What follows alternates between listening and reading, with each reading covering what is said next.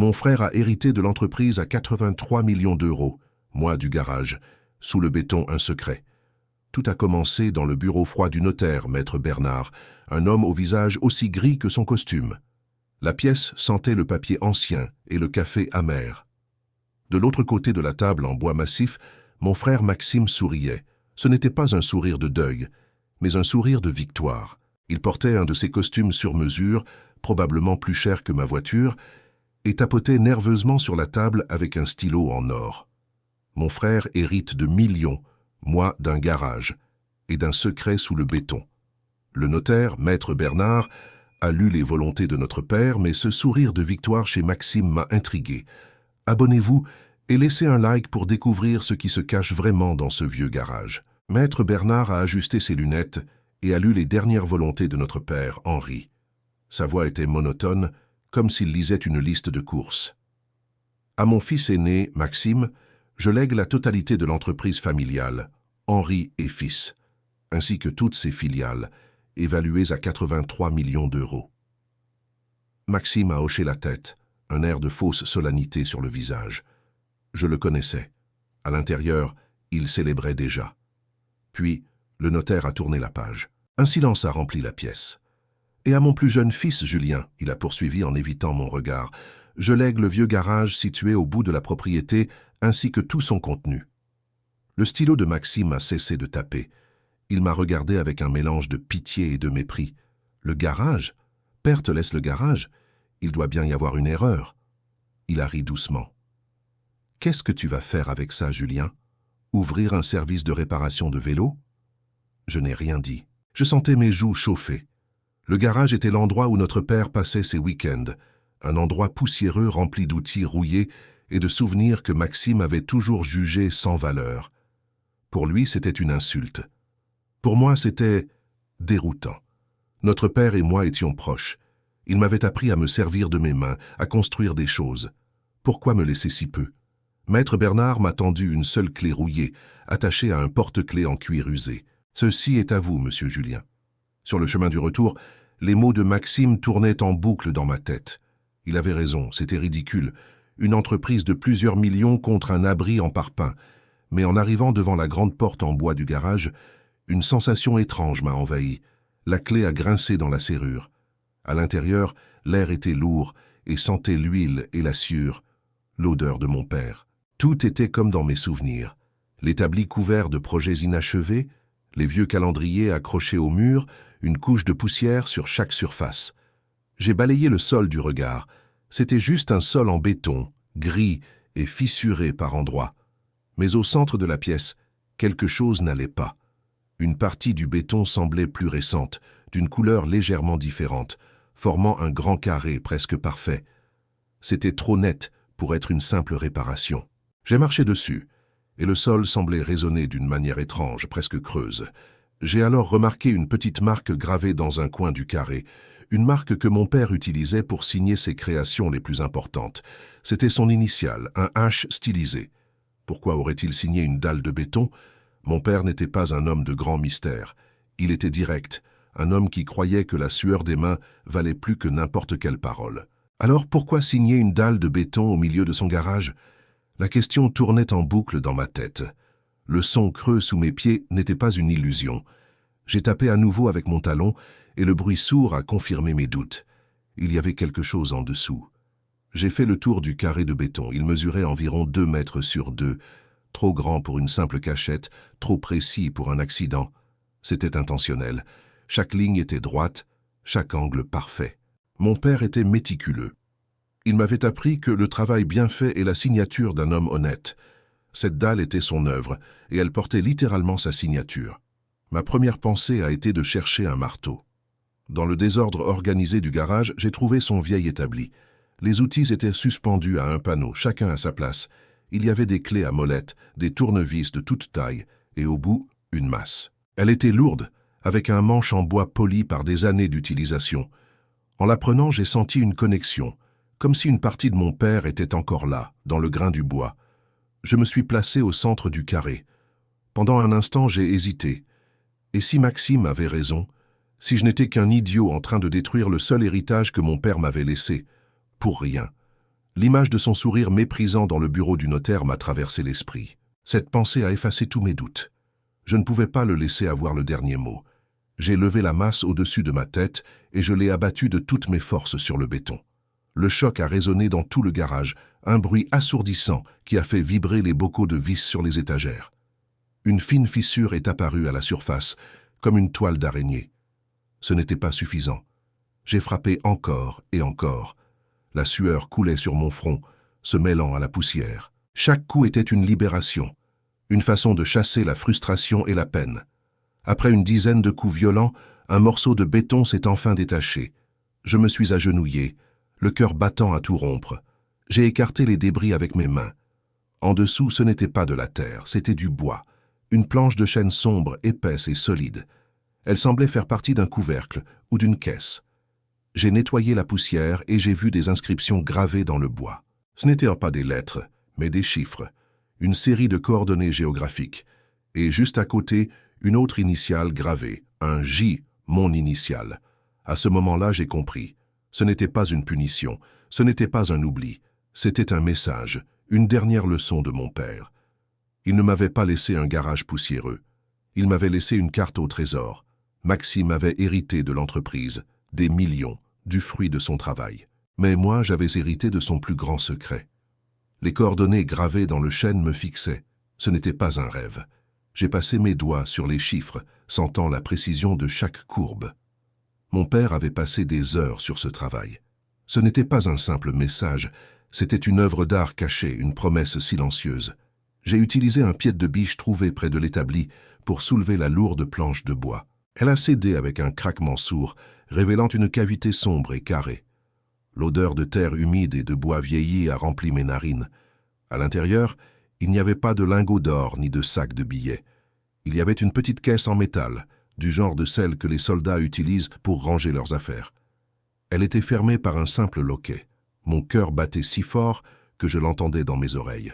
J'ai ouvert la caisse. Dedans, reposant sur un lit de velours rouge décoloré, se trouvait un unique objet, un vieux carnet de cuir, épais et usé, fermé par une lanière. J'ai pris le carnet dans mes mains.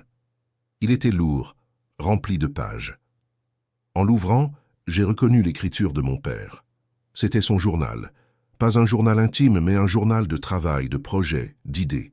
Des pages entières étaient couvertes de schémas techniques, de calculs complexes et de notes griffonnées dans la marge.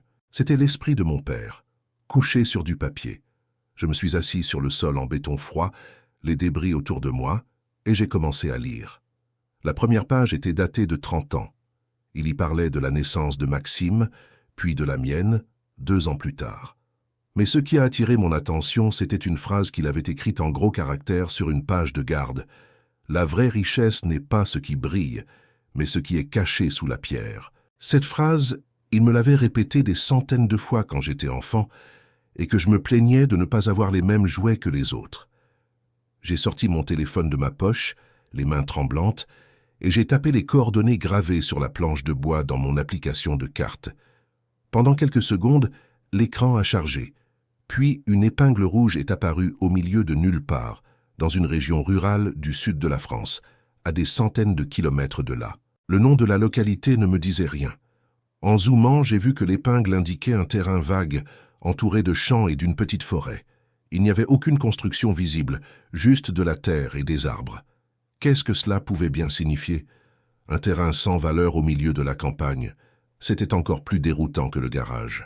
Pendant ce temps, j'imaginais Maxime dans un restaurant de luxe, levant une coupe de champagne à la mémoire de notre père, se vantant de son nouvel empire de 83 millions d'euros. Il se moquait probablement de moi avec ses amis, le pauvre Julien et son garage poussiéreux.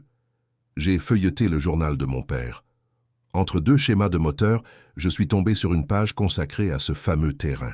Il y avait un dessin du lieu, fait à la main, avec des annotations précises sur la composition du sol, les types d'arbres et même la direction du vent. Mon père n'avait pas acheté ce terrain par hasard. Il l'avait étudié, il l'avait compris, et il m'avait laissé la clé pour le trouver. Je me suis relevé, le carnet serré contre ma poitrine. La poussière, la sueur, la douleur dans mes muscles, tout cela n'avait plus d'importance. Le mépris de Maxime, La pitié dans le regard du notaire Bernard, tout s'effaçait. Mon père ne m'avait pas abandonné. Il m'avait confié une mission. Il m'avait donné une carte et un guide. Je ne savais pas ce que j'allais trouver là-bas, mais pour la première fois depuis sa mort, je sentais une lueur d'espoir. Je devais y aller. Le voyage vers le sud de la France a commencé le lendemain matin, à l'aube. J'ai rempli le réservoir de ma vieille voiture, une Clio qui avait connu des jours meilleurs, et j'ai jeté un sac de voyage sur le siège passager. À côté, précieusement posé, se trouvait le journal de mon père. Je n'ai rien dit à personne, pas même à mes quelques amis. C'était mon secret, ma quête. Maxime pouvait garder ses millions et ses réunions de conseil d'administration. Moi, j'avais une carte et une promesse. La route était longue. Pendant que l'autoroute défilait, je repensais à tout. Le sourire de Maxime, la clé rouillée, le son creux du béton. Chaque kilomètre qui me séparait de la maison familiale était un pas de plus vers une vérité que je ne comprenais pas encore. Pour passer le temps, je me suis arrêté sur une aire de repos et j'ai continué à lire le journal. Les pages étaient remplies de pensées sur l'ingénierie, mais aussi sur la vie. Sur une page, mon père avait écrit « Un homme ne construit pas seulement avec des briques, mais avec de la patience et un but. » Maxime voit les briques, il voit l'argent. J'espère que Julien verra le but. Cette phrase m'a frappé en plein cœur. C'était comme s'il me parlait directement, à travers le temps. Il savait. Il avait tout prévu. Après des heures de route, j'ai quitté l'autoroute pour m'engager sur des routes de campagne sinueuses. Le paysage a changé. Les bâtiments gris ont laissé place à des champs de lavande et des vignobles. Le nom du village indiqué par les coordonnées était si petit qu'il n'apparaissait que sur les cartes les plus détaillées. Quand je suis enfin arrivé, j'ai découvert un endroit endormi sous le soleil, avec une poignée de maisons en pierre et une place centrale déserte. Mon téléphone n'avait presque plus de réseau. J'ai suivi les derniers kilomètres sur un chemin de terre chaotique, ma voiture protestant à chaque nid de poule. Finalement, l'application de cartographie a annoncé « Vous êtes arrivé à destination ».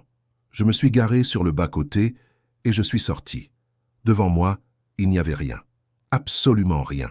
Juste un terrain en friche, couvert d'herbes hautes et de quelques chênes tordus par le vent. Une vieille clôture en fil de fer barbelé en délimitait les bords. Mon cœur s'est serré. J'avais traversé la France pour ça. Pour un champ abandonné qui ne valait probablement pas plus que ma vieille voiture. Le doute s'est insinué en moi, froid et mordant. Maxime avait peut-être raison. Peut-être que tout ça n'était qu'une mauvaise blague, le dernier caprice d'un vieil homme. J'étais sur le point de faire demi-tour, vaincu, quand je me suis souvenu du dessin dans le journal. Je l'ai sorti de ma poche, les mains moites. La page était jaunie, le dessin à l'encre était précis. Il montrait le terrain, et au fond, près de la lisière de la forêt, mon père avait dessiné un détail très particulier. Un rocher solitaire, fendu en deux par le temps, avec la forme vague d'un cœur. J'ai levé les yeux du carnet et j'ai balayé le terrain du regard. Je l'ai cherché, le cœur battant, priant pour ne pas m'être trompé. Et puis, je l'ai vu. À une centaine de mètres de là, à moitié caché par les herbes folles, se trouvait le rocher. Exactement comme sur le dessin. Il était là. J'étais au bon endroit. La première étape était franchie. Maintenant, il fallait comprendre ce que ce terrain avait de si spécial. Je me suis approché du rocher en forme de cœur, le carnet de mon père serré dans ma main. La ressemblance avec le dessin était parfaite. Chaque fissure, chaque courbe était là. J'étais au bon endroit. Mais pourquoi faire? Le terrain semblait totalement ordinaire. J'ai passé les heures suivantes à arpenter la parcelle, les yeux rivés au sol, cherchant un indice, n'importe quoi.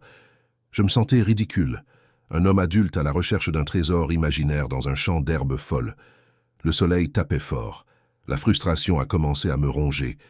J'imaginais Maxime, à ce moment précis, signant un contrat à plusieurs millions d'euros dans son bureau climatisé, pendant que je transpirais sous le soleil pour un rocher et un terrain sans valeur. Peut-être que c'était ça, la dernière leçon de mon père.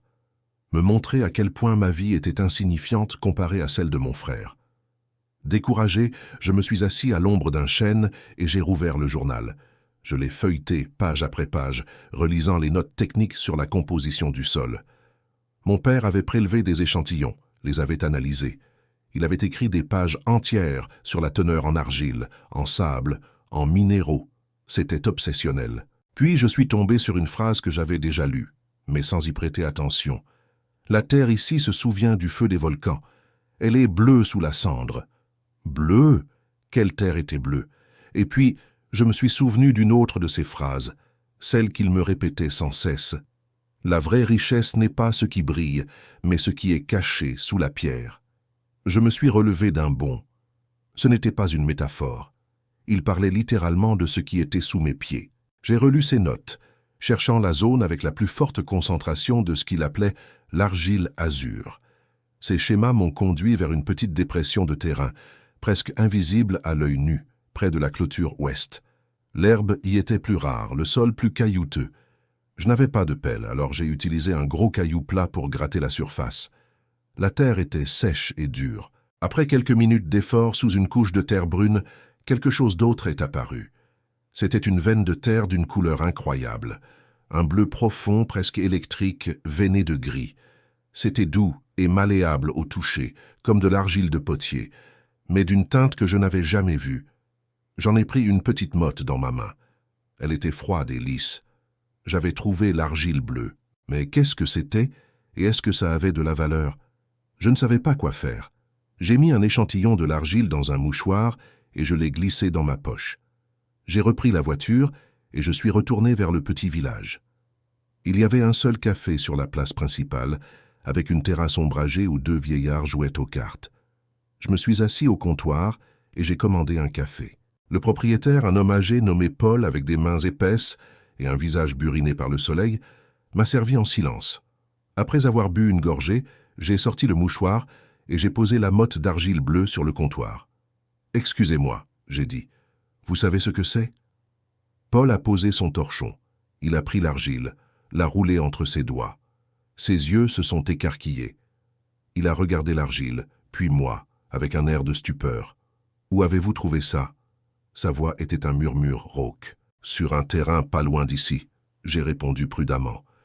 Il a secoué la tête comme s'il ne pouvait pas y croire. « C'est de la terre bleue, la terre des potiers rois. On pensait qu'il n'y en avait plus depuis 100 ans. Mon grand-père disait que cette argile valait plus que l'or. » Il m'a regardé droit dans les yeux. « Faites attention, jeune homme. Beaucoup de gens ont cherché cette terre.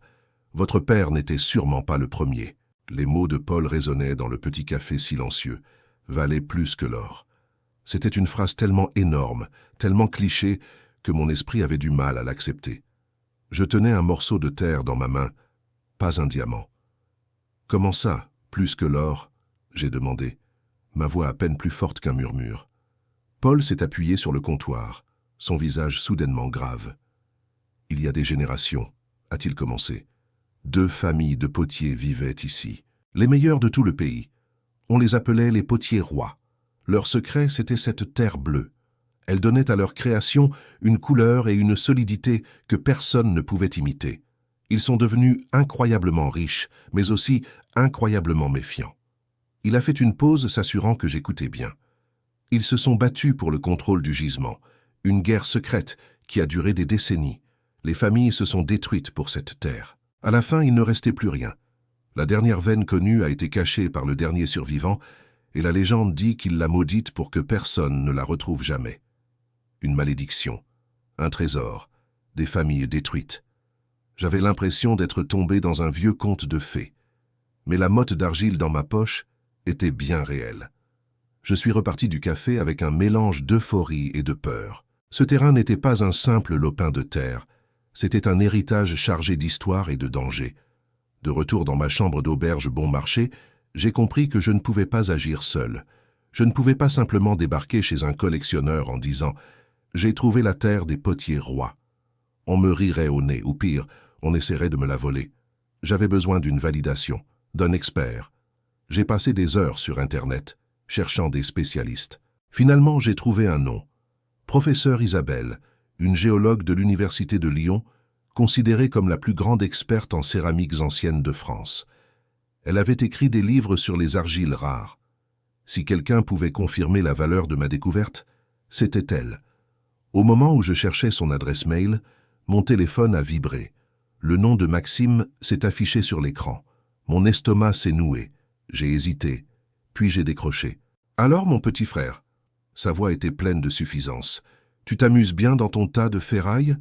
J'espère que tu as au moins trouvé de quoi payer l'essence pour rentrer. » Il a ri. « Je voulais juste te dire que j'ai signé un contrat avec des investisseurs japonais ce matin. Un projet d'expansion. 83 millions, c'est juste le début. » J'ai serré le poing, l'autre main tenant un petit morceau d'argile bleue. L'envie de lui crier ma découverte m'a brûlé la gorge. Mais les mots de mon père sur la vraie richesse cachée m'ont retenu. Je devais être plus malin que ça. « Je me débrouille », j'ai répondu d'une voix neutre. « Tu te débrouilles », a-t-il répété en se moquant. « C'est bien. Continue de te débrouiller, Julien. » Il a raccroché. Mon frère Maxime a ri de mon héritage, le garage. Mais ce qu'il ne savait pas, c'est que le notaire avait évité mon regard en lisant mes dernières volontés. Que feriez-vous à ma place? Commentez ce que vous pensez et partagez. Sa suffisance a allumé un feu en moi. Chaque mot de Maxime était une goutte de carburant sur ce feu. Il ne s'agissait plus seulement d'argent. Il s'agissait de prouver que mon père savait ce qu'il faisait. J'ai rédigé un email à la professeure Isabelle. J'ai pesé chaque mot, évitant de paraître trop naïf ou trop avide. Je lui ai expliqué que j'avais hérité d'un terrain familial et que j'étais tombé sur un gisement d'argile à la couleur très inhabituelle.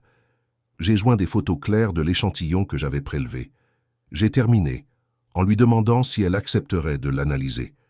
Le clic de la souris pour envoyer le message a résonné dans la petite chambre comme un coup de pistolet. C'était fait. La bouteille était à la mer. Ma vie entière semblait dépendre de sa réponse. Les jours qui ont suivi l'envoi de mon email à la professeure Isabelle se sont étirés comme du caramel mou. Chaque vibration de mon téléphone me faisait sursauter. Je passais mes journées à marcher dans la petite ville, à regarder les gens vivre leur vie, et mes nuits à fixer le plafond de ma chambre d'auberge. Le doute commençait à s'installer, froid et lourd. Et si j'étais fou? Si ce n'était qu'un simple bout de terre coloré? Maxime, lui, devait être en train de signer des contrats à plusieurs millions dans un bureau luxueux. Moi, j'attendais un email qui ne viendrait peut-être jamais.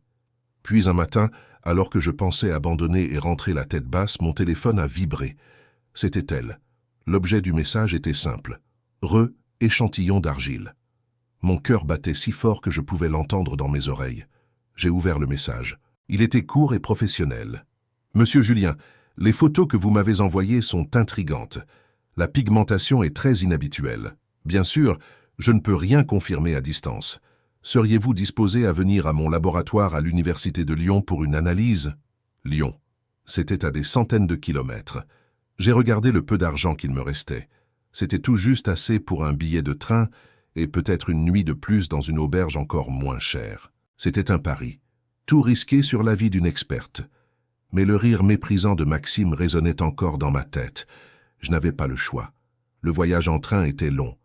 Par la fenêtre, je voyais la France défiler. Mais mon esprit était ailleurs. J'étais dans ce garage, sous le béton, avec les fantômes de mon père et d'une histoire que je commençais à peine à comprendre. J'ai serré le petit sac en tissu contenant l'échantillon d'argile. Tout mon avenir était là-dedans. L'Université de Lyon était un bâtiment impressionnant, ancien et silencieux. Le bureau de la professeure Isabelle était au 3e étage, au bout d'un long couloir. Il était rempli de livres, de cartes et de fragments de poterie ancienne. Isabelle était une femme d'une 60aine d'années, avec des yeux vifs et intelligents derrière des lunettes fines. Elle m'a accueilli avec une poignée de main ferme. « Monsieur Julien, montrez-moi ce que vous avez. » Sans un mot, je lui ai tendu le petit sac. Elle a versé l'argile sur une plaque de verre avec une délicatesse de chirurgien. Elle l'a observé sous une lampe, puis a pris un minuscule échantillon avec une pince et l'a placé sous un microscope électronique. Pendant de longues minutes, le seul son dans la pièce était le bourdonnement de la machine. Elle regardait un écran d'ordinateur, son visage impassible. Puis, elle a retiré ses lunettes, lentement. Elle s'est tournée vers moi et son expression avait changé. Son calme professionnel avait laissé place à une sorte d'émerveillement respectueux. « Je n'arrive pas à le croire », a-t-elle murmuré. « J'ai étudié ça dans les livres toute ma vie, mais je ne pensais jamais en voir. C'est la terre des rois. » Elle a vu mon incompréhension. Cette argile, on la croyait disparue. La légende dit qu'elle était utilisée par une dynastie de potiers qui fournissait les rois de France. Ses propriétés sont uniques. Elle peut supporter des températures extrêmes sans se fissurer et conserve les couleurs comme aucune autre matière. Elle a marqué une pause. me regardant droit dans les yeux. Un collectionneur d'art, un musée ou même une entreprise de haute technologie paierait une fortune pour ça. On ne parle pas de milliers d'euros, monsieur Julien. On parle de millions, par kilo. Un vertige m'a pris. Des millions. Je me suis souvenu des mots de mon père, Henri. Il disait toujours « La vraie richesse ne brille pas, elle attend sous la terre ». Il ne parlait pas d'une métaphore. Il parlait littéralement de ce garage. Isabelle a repris son air sérieux. « Mais écoutez-moi bien, cette découverte vous rend riche, mais aussi très vulnérable. Des gens sans scrupules feraient n'importe quoi pour mettre la main sur ce gisement. Vous devez être incroyablement prudent. Alors la question est, qu'allez-vous faire maintenant ? Je suis resté assis sur la chaise, incapable de bouger.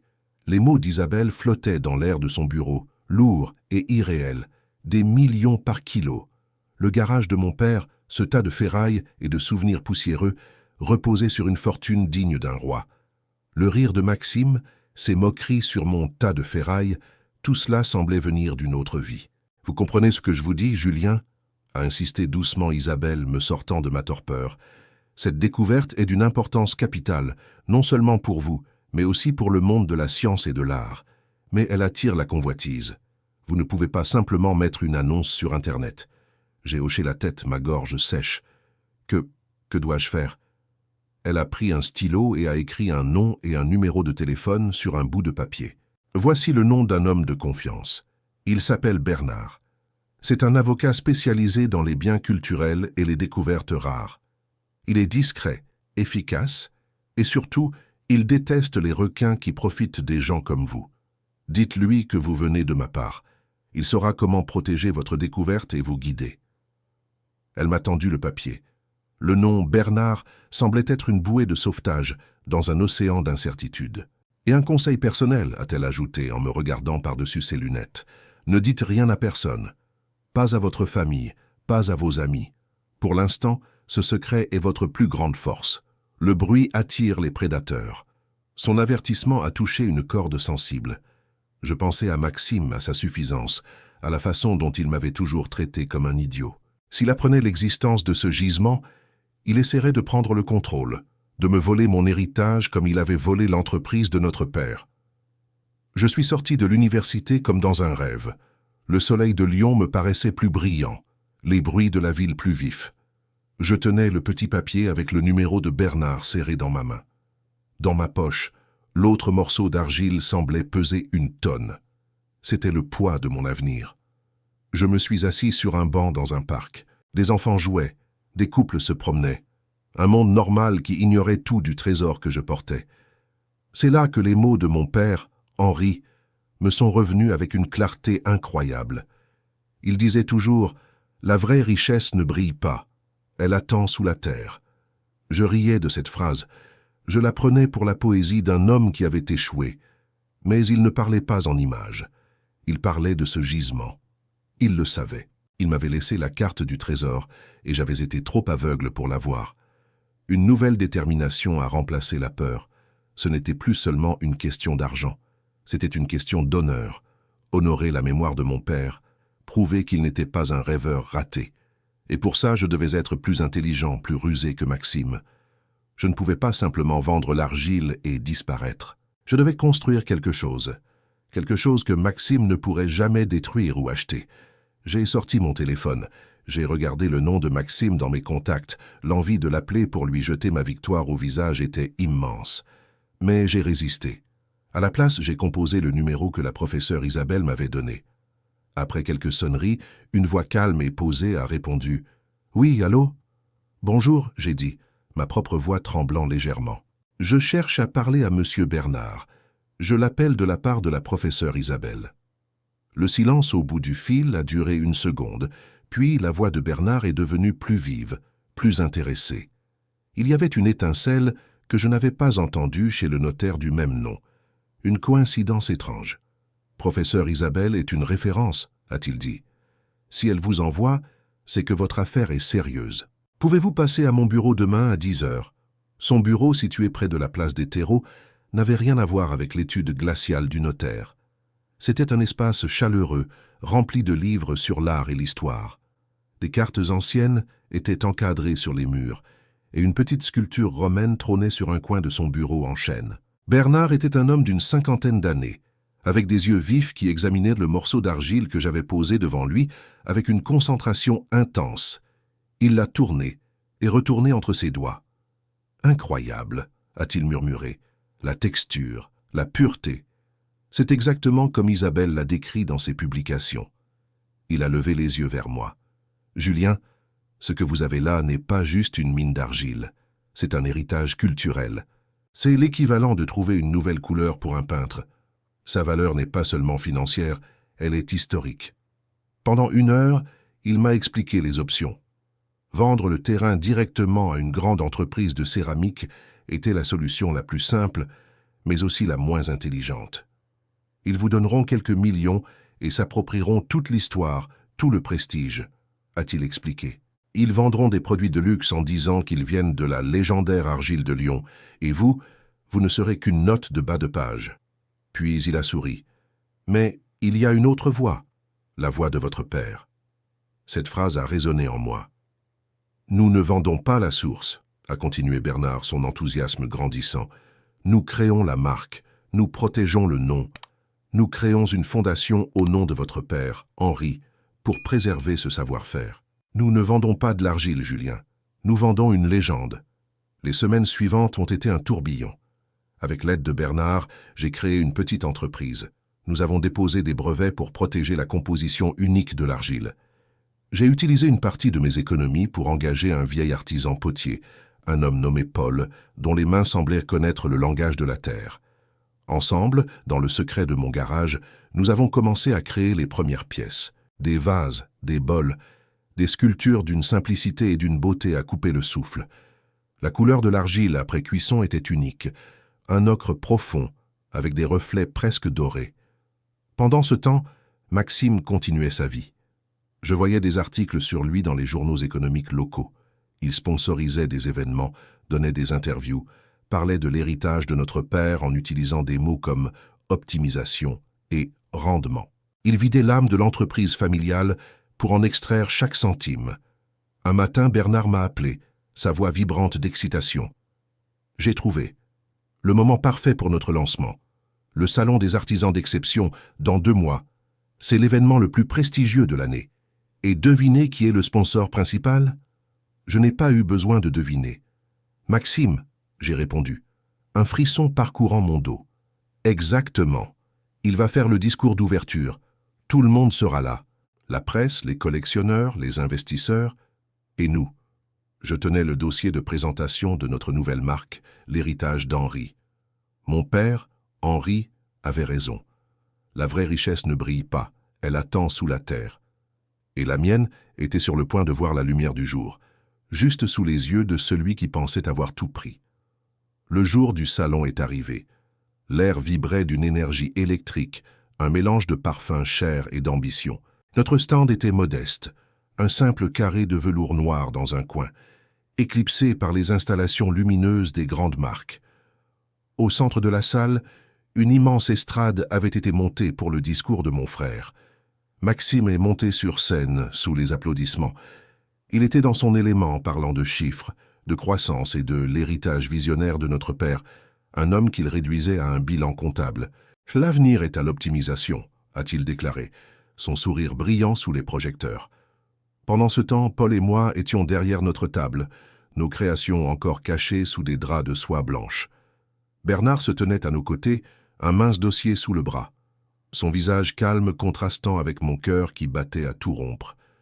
Quand Maxime a terminé son discours en invitant l'Assemblée à découvrir le vrai luxe, ce fut notre signal. D'un geste lent et coordonné, Paul et moi avons retiré les draps. Un silence a parcouru notre coin de la salle. Les pièces étaient là, simples, parfaites. La lumière des spots semblait être absorbée par l'argile ocre, lui donnant une lueur chaude et vivante. Les gens ont commencé à s'approcher, d'abord par curiosité, puis par fascination. Un homme âgé avec des lunettes rondes, un critique d'art réputé, a pris un petit bol dans ses mains. Il l'a caressé doucement. « Incroyable !» a-t-il murmuré assez fort pour que tout le monde entende. C'est l'argile perdue dont parlait Isabelle dans ses recherches. Je pensais que c'était une légende. Le murmure s'est transformé en un véritable attroupement. Les flashs des appareils photo qui visaient Maxime quelques secondes plus tôt se sont tournés vers nous. Mon frère, voyant que l'attention s'était déplacée, est descendu de scène, le visage crispé par l'agacement. Il a fendu la foule et s'est arrêté devant notre stand. Son regard a balayé nos poteries avec mépris, puis il a vu le nom de notre marque, l'héritage d'Henri, inscrit en lettres dorées. « Julien, qu'est-ce que c'est que cette plaisanterie ?» a-t-il sifflé, sa voix basse et furieuse. « Tu joues avec de la boue maintenant ?» Je l'ai regardé droit dans les yeux. « Ce n'est pas de la boue, Maxime, c'est son véritable héritage, celui qui ne se compte pas en millions, mais qui se sent avec les mains. » Il a ri, un rire sec et sans joie. « Tu es pathétique. » C'est à ce moment que Bernard est intervenu. Il a ouvert son dossier. « Tout est parfaitement légal, monsieur », a-t-il dit d'une voix neutre. « La marque est déposée, les brevets sur la composition de l'argile sont validés. L'héritage d'Henri appartient entièrement à votre frère. » Le critique d'art s'est tourné vers moi, ignorant complètement Maxime. « Jeune homme, je vous offre 200 000 € pour cette collection, ici et maintenant. » Le visage de Maxime s'est décomposé. La couleur a quitté ses joues. Il a regardé les journalistes qui me tendèrent leur micro, les collectionneurs qui se pressaient pour voir les pièces, et a compris. Il n'était plus le centre de l'attention. Son événement, son triomphe, venait de lui être volé par le garage qu'il avait tant méprisé. Il est resté là, seul au milieu de la foule qui l'ignorait, une statue de colère et d'humiliation. 2 jours plus tard, j'étais de retour dans mon garage, qui était maintenant un atelier en pleine expansion. Les murs avaient été abattus, de grandes fenêtres laissaient entrer la lumière.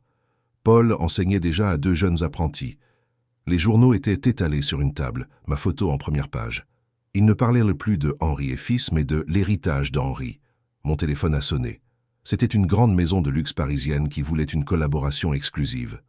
J'ai regardé une vieille photo de mon père sur le mur, son sourire bienveillant. Mon père, Henri, avait raison. La vraie richesse ne brille pas, elle attend sous la terre. Et la mienne venait enfin de voir le jour. De l'ombre du garage à la lumière des journaux, mon héritage a vu le jour. L'entreprise de mon père est mienne et il est dans la rue. Qu'avez-vous pensé de ma vengeance ? Abonnez-vous pour plus d'histoires de justice comme celle-ci.